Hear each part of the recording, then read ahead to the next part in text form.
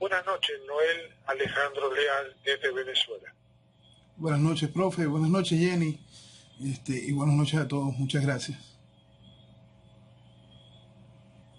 Por lo que estoy viendo, o te noto que estás con gripe, porque yo tengo algo de gripe también, pero no sé si por la voz. ¿O está bien? No, estoy bien. En realidad estoy bien, sí. Gracias. Bueno, ¿qué te podía decir? Yo no sé si cada minuto tengo que agarrar la libreta y estar anotando cosas, porque me recuerdo que esta tarde parece que están todos revoltosos porque le pusieron un dron en el aire, tiraron un cohete y dice que están matando a la mayoría de los soldados venezolanos. ¿Qué pasa? Cuéntame un poquito. Dado que estás más cerca que nosotros, puedes informar a todos esos maravillosos cientos de personas que escuchen. Bueno, profe, para escenificar bien lo que pasa, quiero abrirlo con una frase, ¿no? Para poder entender que es parte de la realidad constante en la que está sumida Venezuela desde hace muchos años, pues desde todo el proceso revolucionario chavista. Cuando la información oficial es mentira y el rumor es desinformación, la verdad queda oculta hasta que ya no tiene valor. Y esa es una realidad con la que vivimos los venezolanos desde hace muchos años. La verdad está oculta. Cuando llega a la luz, simplemente no tiene ningún tipo de valor. Nosotros estamos en manos de una tiranía comunista. Y una tiranía comunista es especialista en mentir. Entonces, no importa si puede haber o no un fondo real en cualquier situación, más allá de lo vivido hoy. Ellos van a sobredimensionarlo o ocultarlo. Y en eso aprovecharán, si es sobredimensionarlo, de hacer una nueva cacería de brujas y empezar a poner preso a todo el que tenga algún tipo de deuda con el gobierno y que el gobierno esté decidido a cobrársela en ese momento, o simplemente esconderán las cosas de lo que pasa. Pero en realidad, decir que sucedió algo, mira, es tan difícil de poder certificarlo, porque vivimos bajo una mentira constante, y más en lo respecto a eso de atentados presidenciales. Después de que Castro sufrió 1.682.432 y un tercio asentados, y Chávez otro tanto, entonces ya Maduro lleva su recolección, pues, de esos, ¿no? Ellos están tan convencidos de que son unos criminales que saben que los quieren matar. Y entonces, como nadie va y los mata, también ponen de su parte para que eso tenga algún tipo de sentido, ¿no? Entonces, ¿con qué estamos? Estamos bajo lo nuevo de hoy, pues un par de drones o un dron, otra explosión. Un dron para que cargue peso debe tener un tamaño interesante, grande. Es un aparato que hace ruido. Entonces, entonces pensar que alguien va a utilizar una cosa de esas para un atentado en un sitio público, en un sitio que está preparado con contramedidas para ese tipo de situaciones, raya hasta lo infantil. Si tuvo una carga seria esto en algún lado, permítame decirle que raya en lo infantil, porque las contramedidas existen para ese tipo de situaciones. Entonces, lo que importa en el fondo es que el país no tiene en quién creer, porque está el país absolutamente consciente de que lo que está en el gobierno es esa organización criminal, y el país está absolutamente consciente de una sola cosa: que de haber sucedido el país estaría celebrando. Eso es quizá la única verdad del día. El país y el mundo tuviese un fresquito, porque de alguna manera estaría por lo menos vislumbrándose algo menos dañino para Venezuela, espero yo, al poner fin a una etapa, y que esa etapa, que todavía se bañaba de la legitimidad electoral que le permitieron en las elecciones, en las primeras elecciones que se robó, entonces, y toda la legitimidad electoral que se ha venido brindando durante todo este tiempo, lo cual ha traído solo legitimidad a la figura de Maduro como presidente del país. Entonces, eso desmoronaría bastante el castillo de naipes que es el proceso chavista en el país. Lo cierto es eso, la única gran verdad que puede tener hoy el mundo con respecto a lo que sucedió hoy es que el país estaría celebrando de haber sido otra cosa. Por consiguiente, no hace falta ni aclararlo. Como bien tú decías al principio, es como se dice un atentado de falsa bandera, es que ellos mismos lo crean para de esta manera tapar o cambiar lo que se está produciendo, pero de cualquier manera, vamos a ponerlo así, está mostrando y en cierto modo las barbaridades que Maduro emplea. La verdad que no sé, yo diría, como bien tú dices, es el hazme reír de alguien que está peleando patas arriba, ¿no? Porque bien dicen, y me acuerdo que se transmitió en esta semana y algunos medios lo repiten un poquito seguidamente, ¿no? Que la fiscal dice que ya está en los últimos días, se está sacudiendo a estertendo a los últimos días de Maduro. Pero claro, no solo queda ella, vamos a poner un poco la cosa, aunque no puedo ponerlo porque no sería así, pero tengo que decir que hay psíquicas acá que ya, como siempre, esas psíquicas que hablan tonterías, se quieren enganchar a ver si la pegan o no, ¿no? Como hacen todas. Y también dice que se está cayendo, que ya está sacudiendo las manos y los pies como si estuviera... Pero le comento porque esto lo pone hasta divertirse, estas supuestas psíquicas que realmente siempre hacen lo mismo, pero... Ya están en eso desde el primer año de Chávez. Entretienen bien acá en Miami, sí. Están en eso desde el primer año de Chávez. Todas las videntes han dicho que Chávez cae al día siguiente. Bueno, de eso no hay nada que decir. Pero vamos a la parte de la realidad política. La realidad política es que sí, la revolución está bien golpeada en este momento. Está realmente bien golpeada. Lo único que sostiene a la revolución es la ausencia de real liderazgo. Porque no se puede decir que es la Fuerza Armada, porque como institución la Fuerza Armada ya no existe. No se puede decir que es el ejército que más ha utilizado el gobierno, que es la dirección electoral del país, el CNE, porque en este momento no hay elecciones y está bastante, por fin, les va a costar mucho a la oposición colaboracionista volver a mostrar este CNE como un lugar a donde pueda ir la gente a mentirse, porque ya la mentira es demasiado evidente. Entonces, el gobierno se está quedando sin de dónde agarrarse, ¿no? De dónde agarrarse de verdad, pues, porque su principal aval, que es la oposición, esa oposición legítima, esa oposición que lo ha vestido de democracia durante todos estos años, esa oposición que ha avalado cada uno de los fraudes electorales, esta oposición que ha no solo hecho esa parte, ¿no? Sino que se ha burlado de una manera descarada del país. Bueno, esa oposición por fin está sintiendo rechazo por grandes sectores de la sociedad.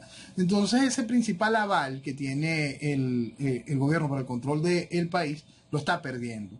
Y es allí donde de verdad se puede ver que el gobierno se enfrenta a un problema.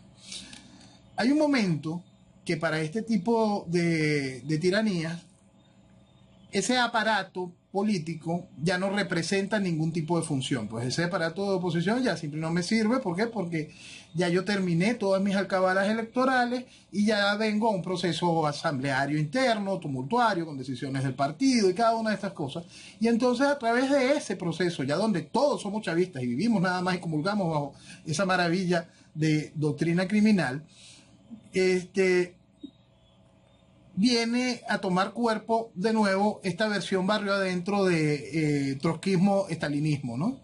Entonces, los que son chavistas con Maduro, los que son chavistas sin Maduro, como si fuese una cosa distinta, y simplemente no lo es. El chavismo es socialismo, el socialismo de Chávez, de Maduro o de la MUD es el mismo. Uno es más criminal que el otro en cuanto a la acción inmediata, el otro pretende ir secando y secando y secando hasta que las cosas se pudren, pues. Y cuando se pudren llegan esto, pues llegan cosas como Maduro. Eso es la realidad de lo que vive Venezuela. Y cómo llegamos acá, ya lo hemos hablado tantas veces, profesor, pero parece que el país sigue sin entenderlo y se vuelve a nublar la mirada frente a la realidad y frente a la esperanza de mentiras que lo pueden decir ovidentes o lo pueden decir grandes doctos de la oposición venezolana que siguen engañando a la sociedad. Bueno, tú sabes que cada vez que uno ve los procesos, ¿no? Uno ve cómo uno dice el proceso, cuanto más revuelto hay, a ciertos medios les conviene más porque tienen más publicidad y de alguna manera entretienen mejor a la gente. Pero es una tremenda tristeza, porque cuando ves que hablamos tú y yo, uno dice, ¿y hasta cuándo vamos a sufrir? ¿Hasta cuándo esto puede llegar a empezar a subir para arriba, no seguir bajando? ¿Y cuánto pasaron? Pasaron 5 años, 10 años, 15 años. Pasaron hasta 60, como están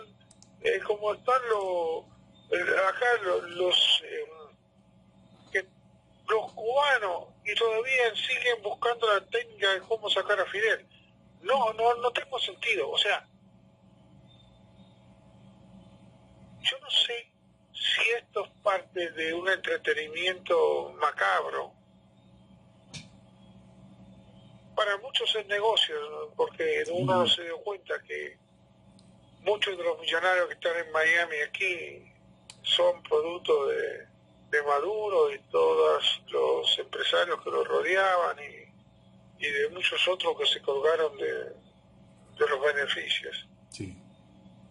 Y son millones y millones y millones. Claro, yo diría, pero hay algunos que no hablan de ello, como son los bancos, ¿no?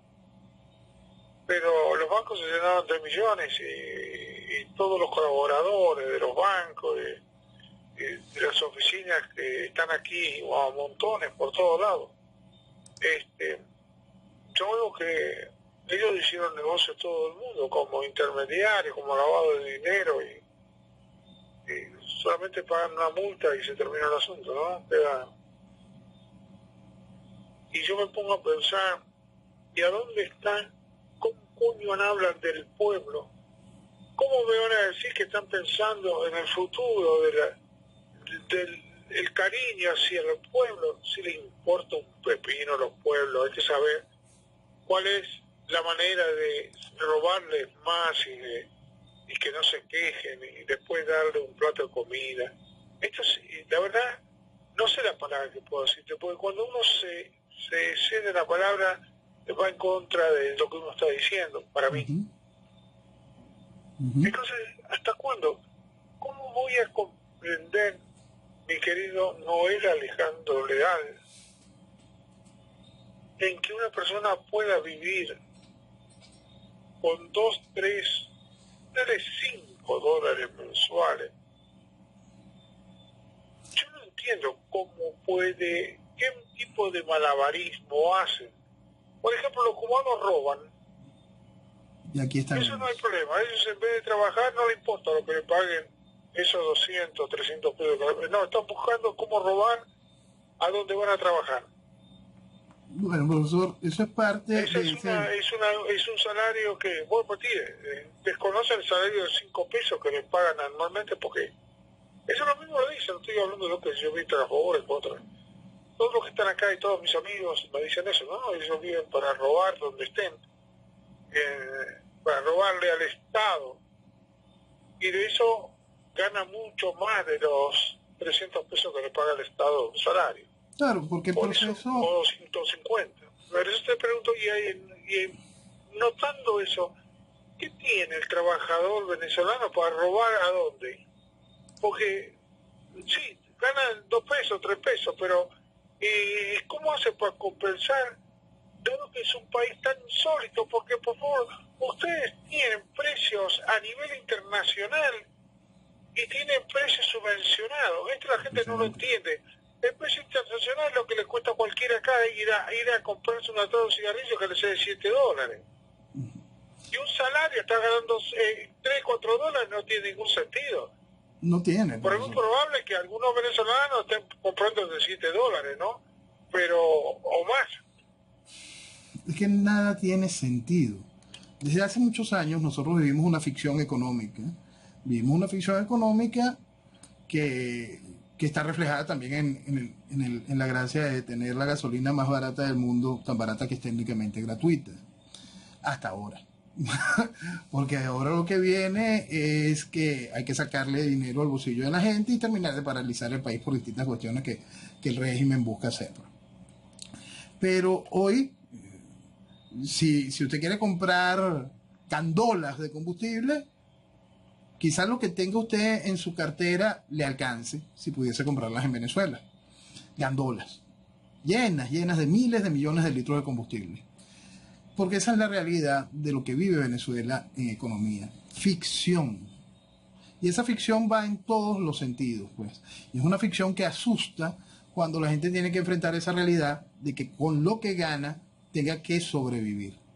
El venezolano que está sobreviviendo en esta situación sobrevive con distintas vertientes. Sobrevive terminando de quemar sus ahorros, vendiendo lo poco que le queda.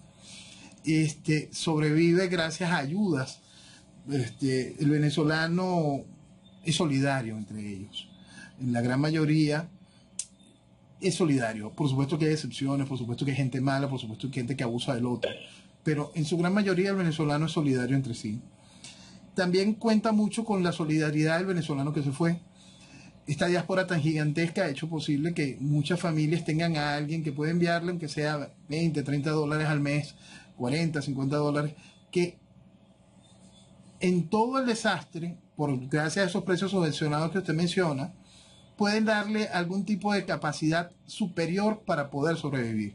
Y también está el que medra, el que roba. El socialismo, entre sus vertientes, entre sus plagas a las que somete a la sociedad, está el envilecimiento. Buscan hacer que ese individuo se convierta en algo bajo, en algo que vaya contra cualquier principio. Los principios no existen, que vaya en contra de la moral, contra del comportamiento sano y vaya hasta en contra de la vida humana.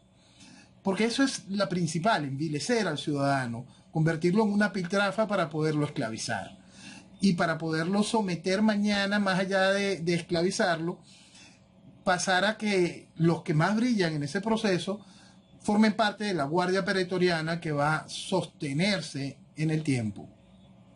En este aparato espantoso que hay ahorita, que es el censo automotor, que va a ser la manera de terminar de esclavizar a otro sector de la sociedad, hoy veía una foto de un niño, un muchachito, no debe tener 15 años, participando él de manera directa de ese censo. Él estaba censando, recibiendo los datos de la gente. Y era esa imagen de los pioneritos cubanos, aquellos que gritaban pioneros por el comunismo, seremos como el Che. Y es esa otra de las plagas del socialismo, el adoctrinamiento. Vas adoctrinando y generando a tu guardia pretoriana del mañana. Una guardia pretoriana que se manifiesta como hija del proceso. Ya son 20 años de destrucción del país, son 2 décadas, no son tonterías lo que estamos hablando, a través del proceso chavista, ¿no?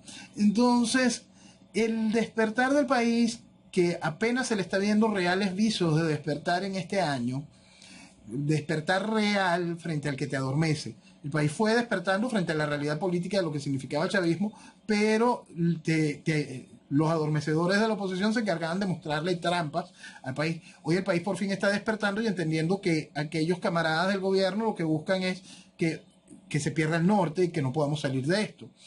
Bueno, ese despertar es bastante reciente. Es bastante reciente, pero tan preocupantemente tarde que perdimos a muchos venezolanos que están afuera, perdimos a muchos vidas de venezolanos en las calles bajo la acción criminal directa del gobierno, los perdemos todos los días por el hambre, los perdemos todos los días por las enfermedades. Y cuando ya por fin está entrando esto en razón, también están las dos grandes pilares que hicieron gobierno y oposición, que fue acabar con los liderazgos alternativos, cercenarlos. Los vetaron, nos vetaron, fue una censura realmente salvaje, fue una autocensura por parte de medios que se consideraban como tribunas de la oposición, que simplemente se prestaron al mismo juego, ¿no?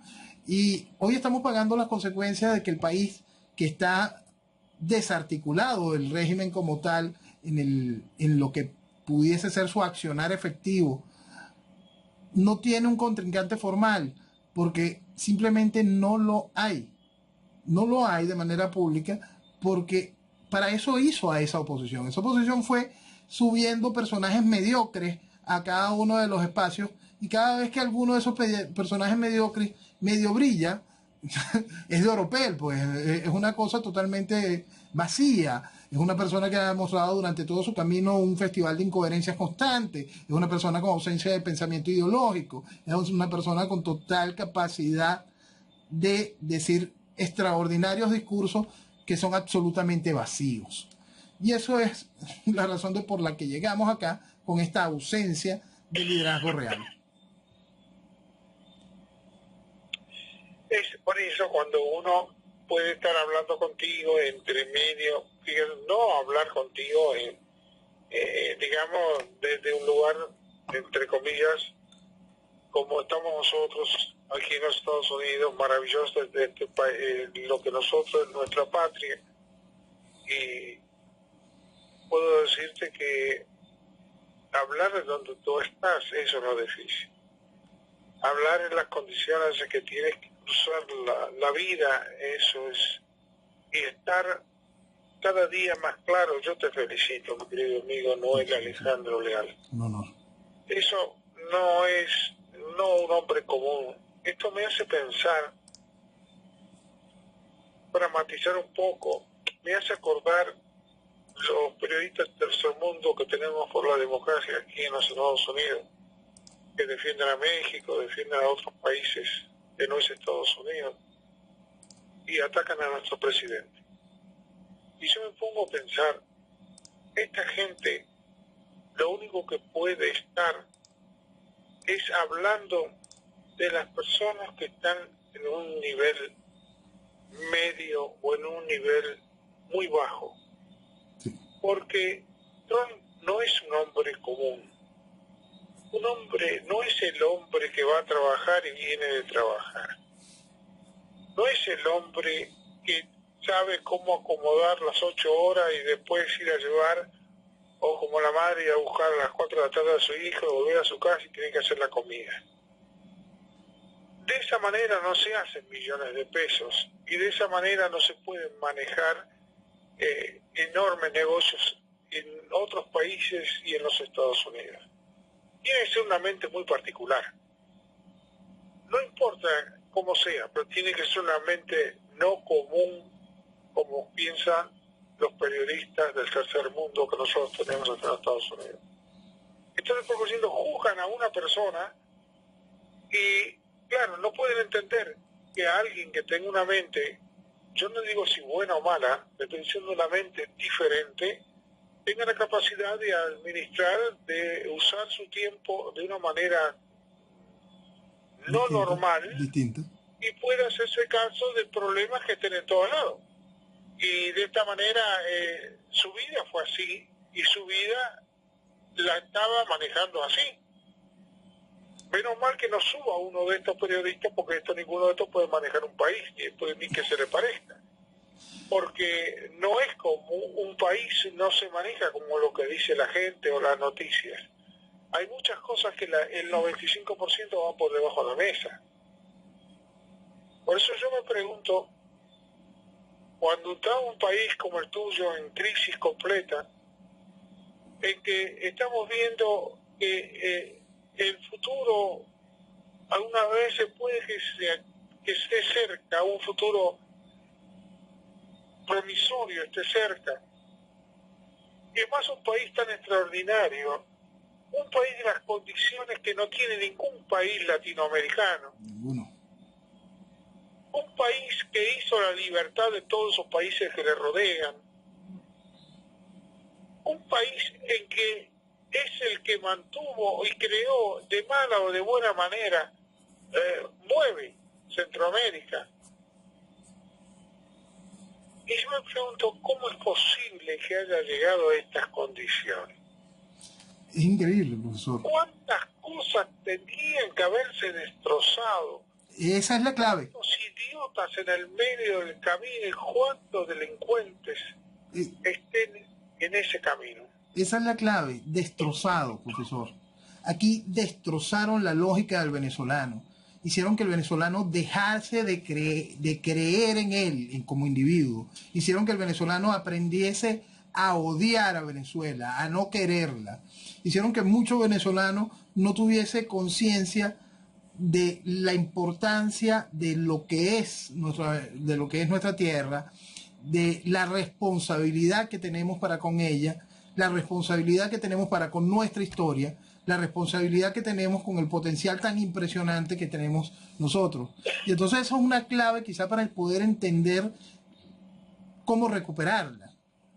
Para recuperarla, primero tenemos que estar conscientes de no solo del enemigo, no solo de los puntos actuales que nos están comiendo, no solo del estado en que nos va a quedar el país, para poder entender el tamaño de la operación necesaria y de las cantidades de cosas que se necesitarían hacer en lo inmediato si pudiésemos obtener el cambio, sino que el país tiene que retomar de nuevo, de manera consciente, la responsabilidad para con nuestra historia, la responsabilidad con lo que tenemos en nuestro subsuelo, nuestra responsabilidad por nuestra ubicación geopolítica y la responsabilidad de los hijos que tenemos ya.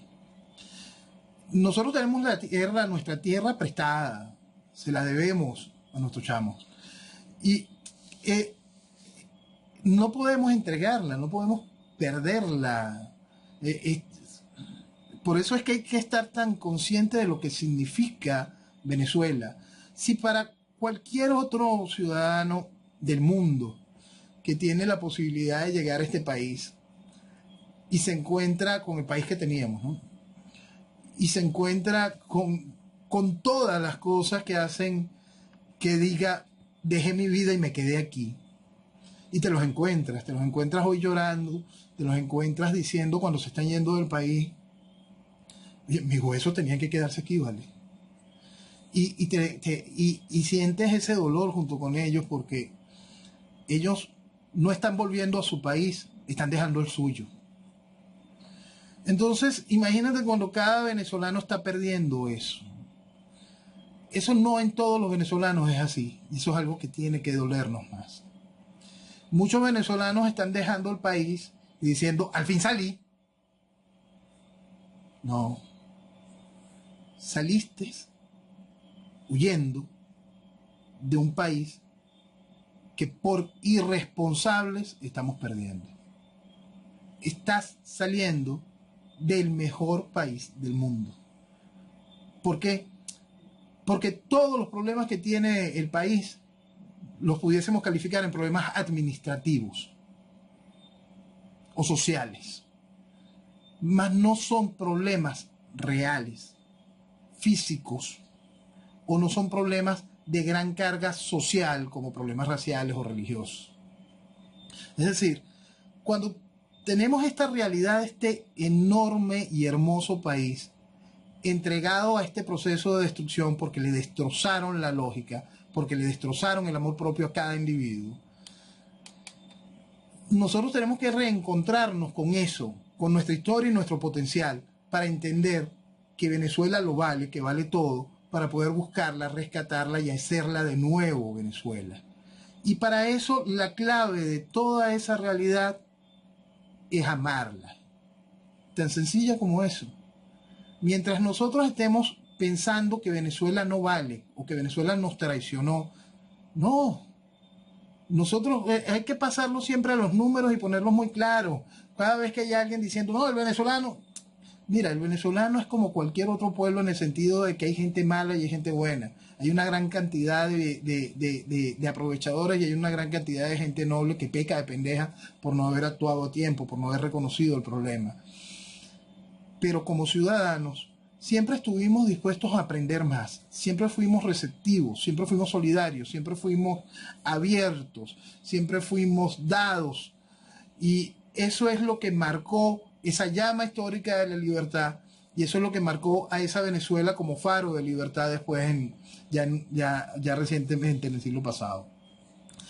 Nosotros tenemos ese potencial y ese potencial tenemos que recuperarlo. Nosotros tenemos que dejar atrás este salvaje estigma del socialismo para poder convertir a esta máquina de nuevo funcionar y a trabajar y a crear y a generar.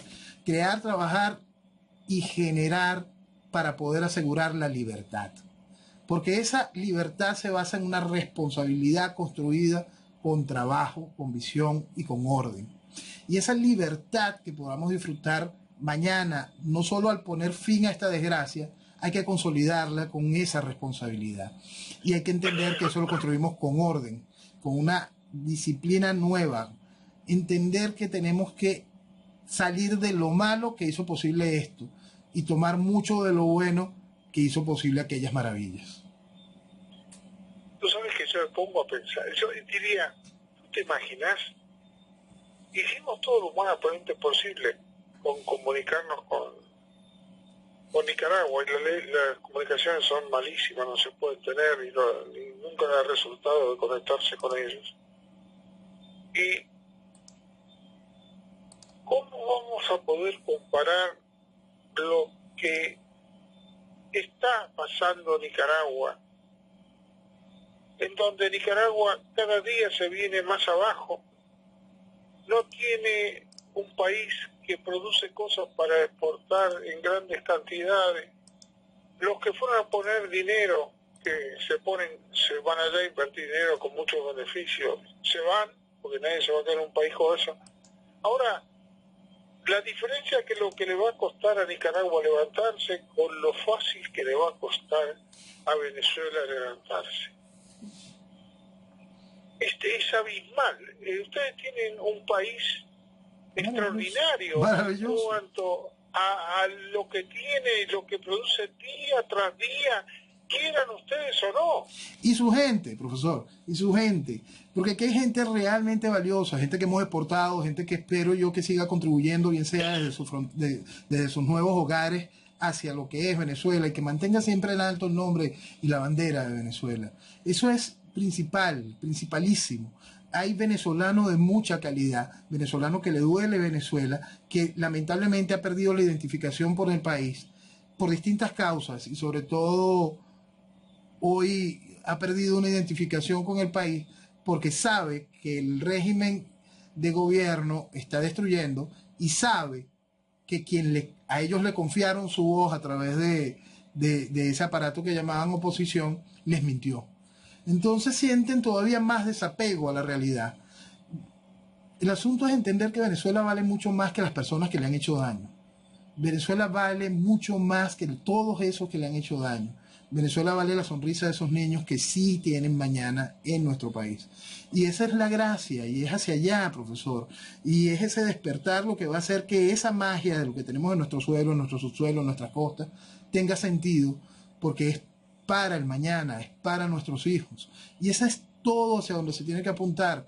Dejar atrás a toda esa porquería, dejar atrás a todo un esquema, toda una idea que es negativa, que está comprobado históricamente y mundialmente que es negativa, que solo trae destrucción, retraso, estimular el crimen, solo trae envilecimiento y embrutecimiento a una sociedad. Y eso es lo que hay que dejar atrás para poder llenar todo el país de libertades para construir la gran libertad que se garantiza con la responsabilidad. Por eso digo que uno, diríamos, que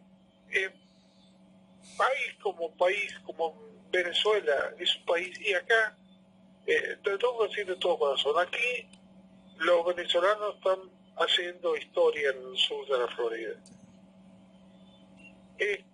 La calidad donde viven es una calidad que donde viven los otros que están aquí en el sur de la Florida es un desastre. muchas de las policías no están cumpliendo sus funciones porque están atados de las manos. Las calles cada vez más sucias, no respetan el tráfico. Y si tú vas aquí, en la zona del Doral, le están dando, fíjate ahora, $10.000 a cada una de las personas para arreglar su fachada, negocios o departamentos. Eso no sucede en el sur de la Florida porque está manejado por políticos del tercer mundo con una mentalidad cada vez más. No saben adornar, cuidar su fuego porque no lo vivieron en sus lugares de origen. Y esto se deteriora cada día más. Entonces, tú me dices, el venezolano, la imagen que tenemos acá en el sur de la Florida, al menos en cualquier otro lugar, creado ahora y va en aumento, ¿cómo no se va a mirar al venezolano? Lo está demostrando. ¿Ay, con qué? En la calidad de vida, en querer estar cada día mejor.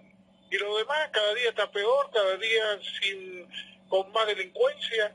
Y yo me pregunto, qué bárbaros que son. Ay, ¿Qué ¿con qué? podrían hacer si llegan a hacer o a controlar de vuelta el país con gente que piensa en Venezuela, con el dinero que ustedes le generan todos los días gratis de la tierra en donde viven? Es increíble. Es que esa es la gracia, profesor. Por eso es que yo siempre insisto en crear y el con qué. La recuperación de Venezuela, igual que es una cosa que yo siempre he insistido, Venezuela no puede ser mirada dentro de los libritos con lo que se acostumbra a ver política o económicamente una situación de país. Porque esta cosa es distinta. Esta cosa tiene el doble del territorio de España y la mitad de su población.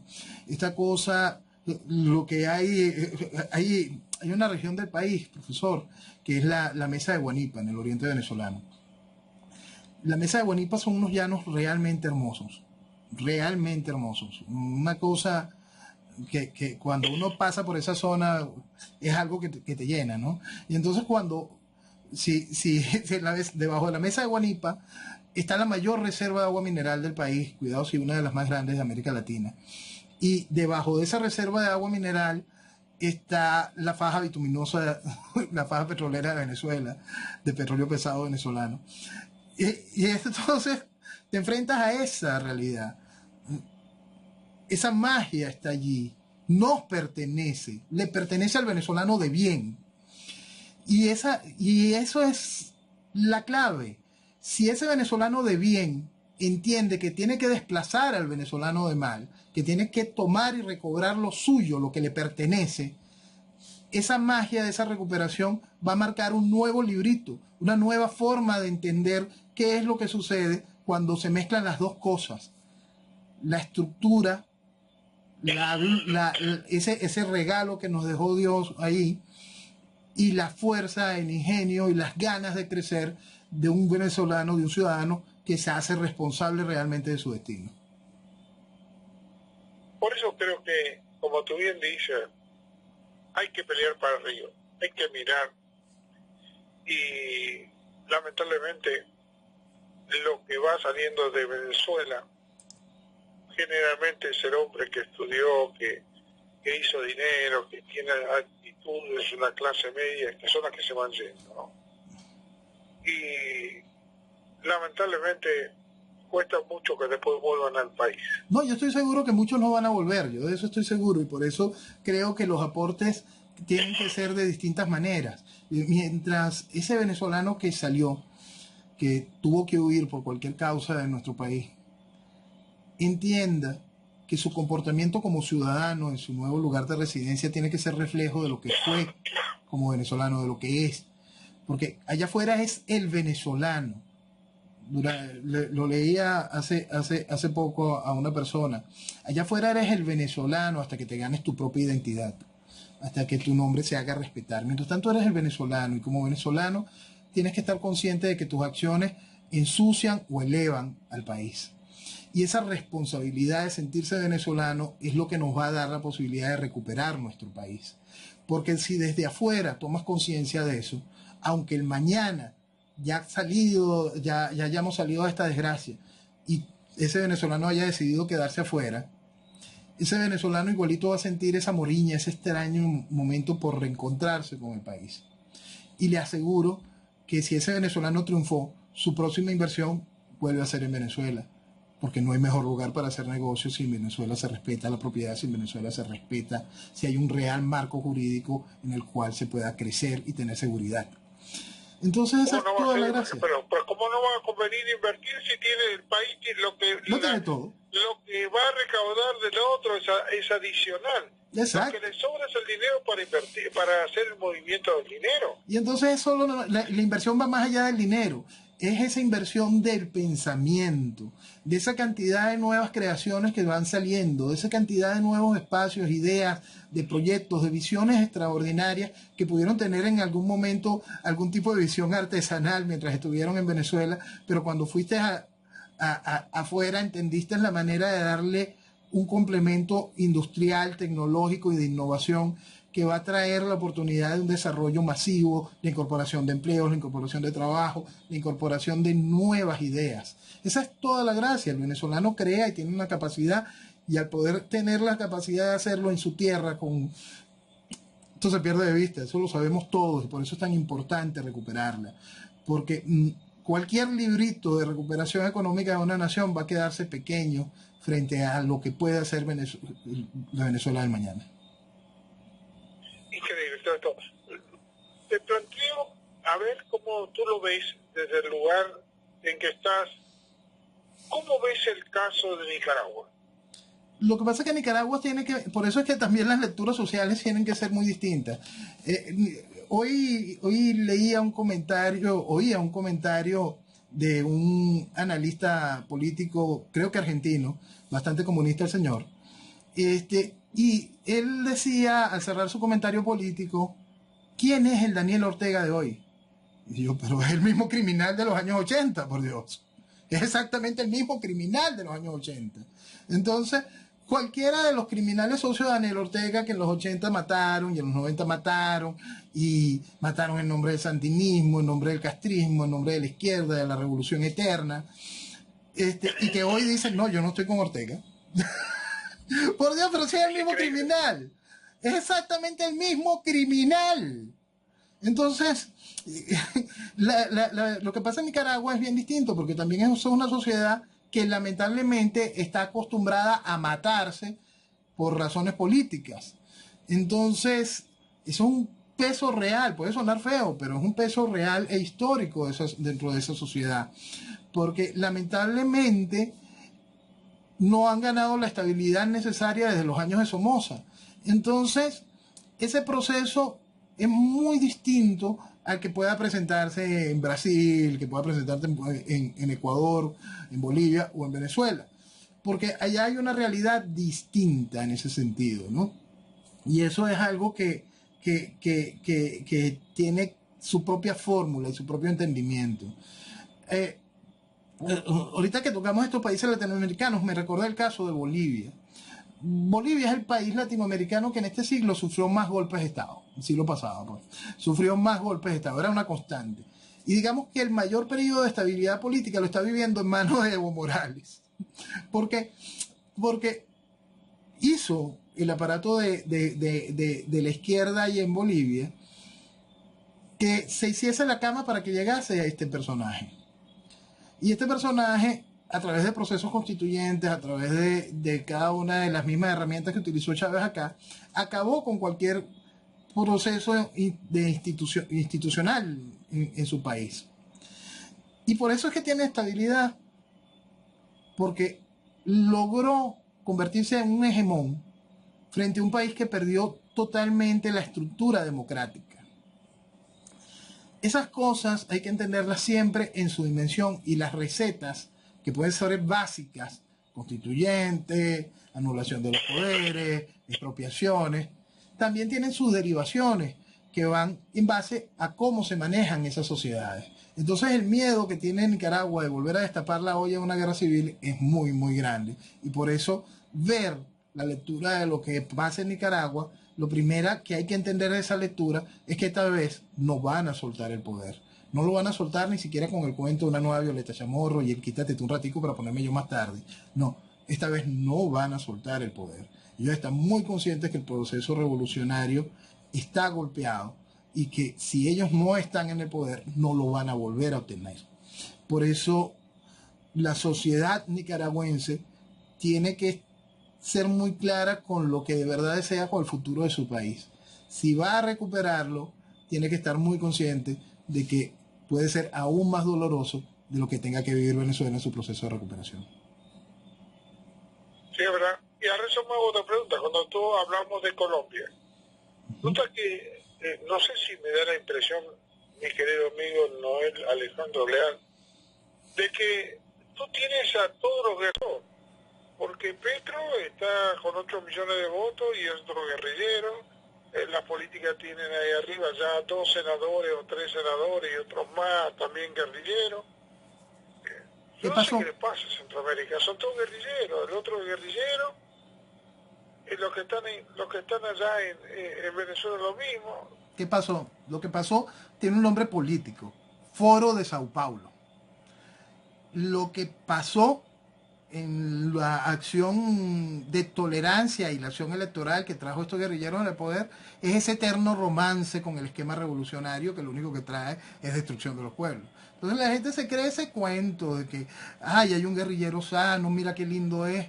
Y entonces lo único que va a hacer ese guerrillero es matar y acabar con la sociedad. ¿Por qué? Porque en el fondo es lo que es un socialista, un castrista comunista, y lo único que quiere es imponer su absurda visión de revolución constante, de los 100.000 Vietnam, de vamos a gobernar a través de un esquema tribal, que la gente tiene que volver a moler el maíz, y la involución propia de un pensamiento que está totalmente ausente de la realidad. Por alguna extraña razón, que va más allá de eso, que tiene que ver con un proceso de ir estupidizando a las sociedades, eso sigue teniendo algún tipo de valor. Eso sigue teniendo algún tipo de punch o pegada dentro de las sociedades. Y es una cosa que es realmente absurda. Entonces, pero identificando el problema político, que es en donde se tiene que poner el freno antes de que las sociedades, a través del voto, por falta de información, de educación, de cualquier cantidad de cosas que suceden en ese caso, hay que ponerle el freno al criminal como tal. Entonces, si nosotros desmantelamos un poquito la estructura de lo que era el Foro de Sao Paulo, lo que vamos a conseguir es todos los partidos comunistas, todos los partidos de izquierda radical, de la mano con agrupaciones narcoterroristas que trabajan con el narcotráfico, porque son narcoterroristas. Pues entonces, ese es el Foro de Sao Paulo. Y esa estructura es gobierno. Tenemos que saber que las relaciones políticas que ellos tienen, entre comillas, son todos narcotraficantes que los mantienen para que vayan al poder. Si eso, y es que eso se aplaudió, profesor. Con el narcotráfico, se mantenga políticamente con el narcotráfico. Profesor, y eso se aplaudió, es una de las cosas más vergonzosas, es una cosa realmente vergonzosa. Hoy que precisamente el PT, el Partido de los Trabajadores de Lula, estaba volviendo a lanzar a Lula, es un buen momento para volver a hablar del Foro de Sao Paulo. El Foro de Sao Paulo nace de la mano de Fidel y Lula, abrazando a sus panas del ELN y la FARC. Entonces, eso se aplaudió, el mundo dijo, mira qué gran logro social, mira, vale, los comunistas y los narcotraficantes, chévere, todo el terrorismo juntos, vamos a votar por ellos. Y eso fue lo que hicieron todos los medios. México lo votaron, este hombre que trabaja con toda la izquierda que ganó por mayoría votada por el pueblo mexicano. Y pasa en todos los países donde llega ese proceso de contaminación, donde las élites traicionan su responsabilidad, profesor. Y no solo las élites de ese país, las élites mundiales, porque basta ver los periódicos franceses de principios de finales de los 90, de inicio del 2000, era una cosa realmente vergonzosa como le aplaudían a Chávez, aplaudían a Evo, aplaudían a Ollantaytamala y cualquier cosa que viniera a decir revolución. Los tipos eran felices viendo cómo todos esos países se iban a encender y se iban a pudrir. Entonces es una cosa realmente enferma lo que van haciendo con las sociedades, desde las más altas esferas, y es lo más preocupante, porque la sociedad media, que es la que produce, que es la que trabaja, que es la que mueve, la que alimenta a las altas esferas dándole el espacio para que prodiguen la maldad, y la que sostiene y tiene la responsabilidad de guiar a las clases más bajas hacia el desarrollo, no hace lo correcto. No aprende a sentarse a pensar y darte cuenta, epa, tú me estás engañando, epa, lo que tú estás haciendo me trae retroceso, epa, lo que tú estás ofreciendo va a matar mi libertad. Y es allí donde el país tiene que responder. Y es allí donde las sociedades tienen que sobrepasar a las élites podridas y generar una nueva élite, porque los países las necesitan, para que pueda guiar el desarrollo general de su población. Hacer un compromiso de Estado para el desarrollo de sus naciones. Un compromiso de Estado donde quede vedado el espacio a los que vienen con discursos que lo único que traen es destrucción. Y por eso cuando uno dice, ¿sabes lo que pasa? Que una vez a uno mirando las trayectorias, ¿no?, de los países y mirando quiénes son o de qué manera se balancean o cuáles son los que piensan o como resultado puede pensar Argentina, un 40 y pico % que son índoles de una ladrona, de ladrones que están todos documentados ahora, cada vez más, y encima los votan, dicen que es lo persiguen políticamente. Digo, tantos millones de argentinos que piensan de esa manera, ¿qué quiere? ¿Que les roben? ¿Qué quiere? ¿Que los usen?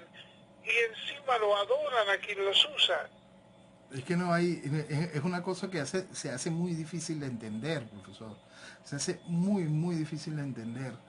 Es algo que genera, porque hay una cosa tan absurda de lo que está sucediendo en Venezuela hoy, que si mañana apareciese un clon de Chávez repitiendo exactamente las mismas barbaridades que hizo Chávez, que ofreció Chávez para destruir a Venezuela, ese clon ganaría, pero de calle, contaría con todo el aplauso, quizás hasta con más votos de lo que ganó Chávez en aquel entonces, en el 98.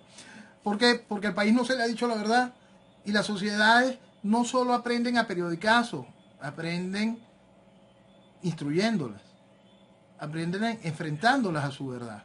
Entonces, eso es lo que pasa, queda un lastre social que no evoluciona a la velocidad que evoluciona el resto de los sectores de la sociedad.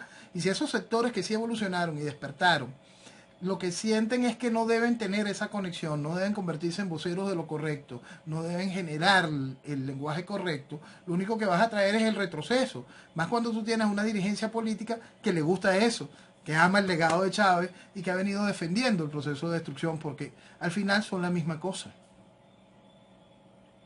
Sí, hay tanto que intentar por lo menos compartir, y más compartir con la audiencia que nos escucha de venezolanos, que realmente muchas veces uno hace todo lo humanamente posible para que poder hacer preguntas que corresponden. Ya hemos llegado al final de la hora, mi querido amigo, y como siempre, uno cada vez te va queriendo más y se te agradece a través de lo que representamos aquí a tu Venezuela, a tus queridos compatriotas. Gracias por estar ahí en Venezuela. Gracias por aguantarte lo que tienes que pasar. Gracias, saludos para tu madre, un abrazo grandote. Gracias, muy buenas noches. Y entendamos que tenemos derecho natural a ser libres. Buenas noches. Un abrazo.